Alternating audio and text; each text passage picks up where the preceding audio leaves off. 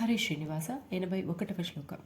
కంచిత్కాలముమామహేష భవతః కంచిత్కాలముమామహేష భవతః పాదారవిందార్చనైః పాదారవిందార్చనైః కంచిధ్యానసమాధిభిశ్చ నతిభిః कंचिध्यानसमाधिभिश्च नतिभिः कंचित्कथाकर्णनैः कंचित्कथाकर्णनैः कंचिदवेक्षणैश्शनुतिभिः कंचिदवेक्षणैश्शनुतिभिः कंचिद्दशामीदृशीम् कंचिद्दशामीदृशीं यः प्राप्नोति मुदा त्वदर्पितमना यः प्राप्नोति मुदा त्वदर्पितमना जीवन् समुक्तः खलु जीवन् समुक्तः खलु कंचित्कालमुमामहेश भवतः पादारविन्दार्चनैः कंचिध्यानसमाधिभिश्च नतिभिः कंचित्कथाकर्णनैः कंचिदवेक्षणैश्शनुतिभिः कंचिद्दशामीदृशीं यः प्राप्नोति मुदा त्वदर्पितमना जीवन् समुक्तः खलु. 22వ శ్లోకం. బాణత్వం వృషభత్వమర్థవపుషా భార్యాత్వమార్యాపతే బాణత్వం వృషభత్వమర్థవపుషా భార్యాత్వమార్యాపతే घोणित्वं सखिता मृदङ्गवहता घोणित्वं सखिता मृदङ्गवहता चेत्यादिरूपं दधौ चेत्यादिरूपं दधौ त्वत्पादे नयनार्पणं च कृतवान् त्वत्पादे नयनार्पणं च कृतवान् त्वद्देहभागो हरिः त्वद्देहभागो हरिः पूज्यात् पूज्यतरः स एव हि न चेत् पूज्यात् पूज्यतरः स एव हि न चेत् को वा तदन्योऽधिकः को वा तदन्योऽधिकः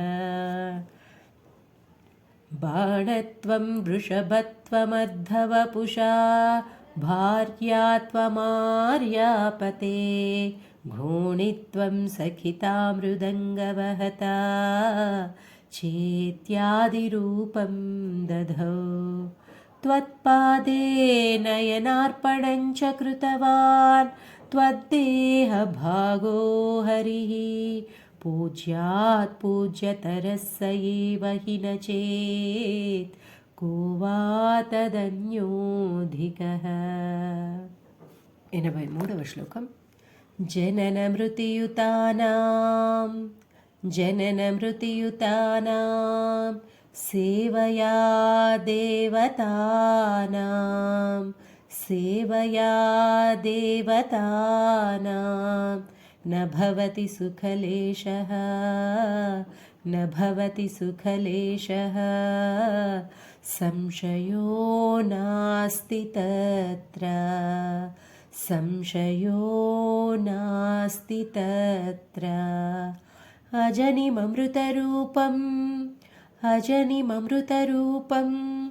साम्बमीशं भजन्ते साम्बमीशं भजन्ते यैह परमसौख्यं यैह परमसौख्यं ते हि धन्या लभन्ते ते हि धन्या लभन्ते जननमृत्युयुतानां सेवया देवतानां न भवति सुखलेशः संशयो नास्ति तत्र अजनिममृतरूपं साम्बमीशं भजन्ते यैह परमसौख्यं ते हि धन्या लभन्ते। 4వ శ్లోకం.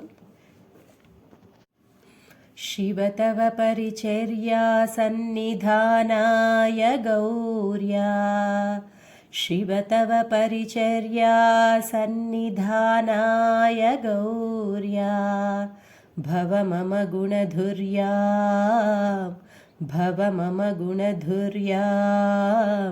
बुद्धिकन्यां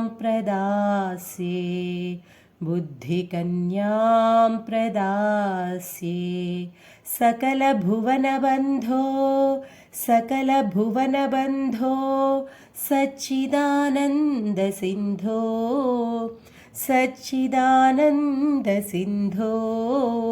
सदय हृदयगेहे सर्वदा संवसत्वं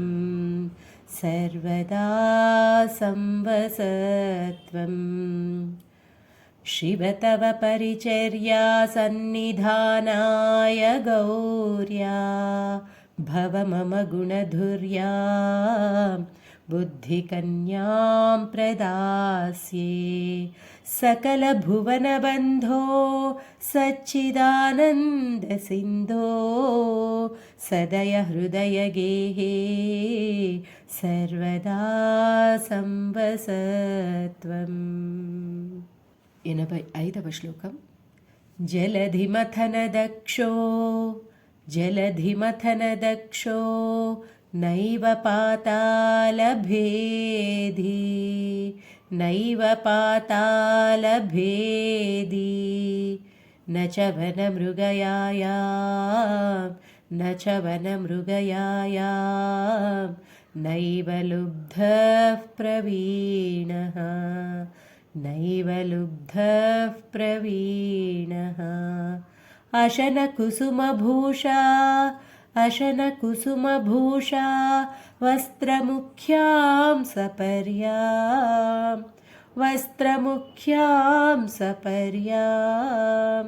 कथय कथमहन्ते कल्पयानीन्दुमौळे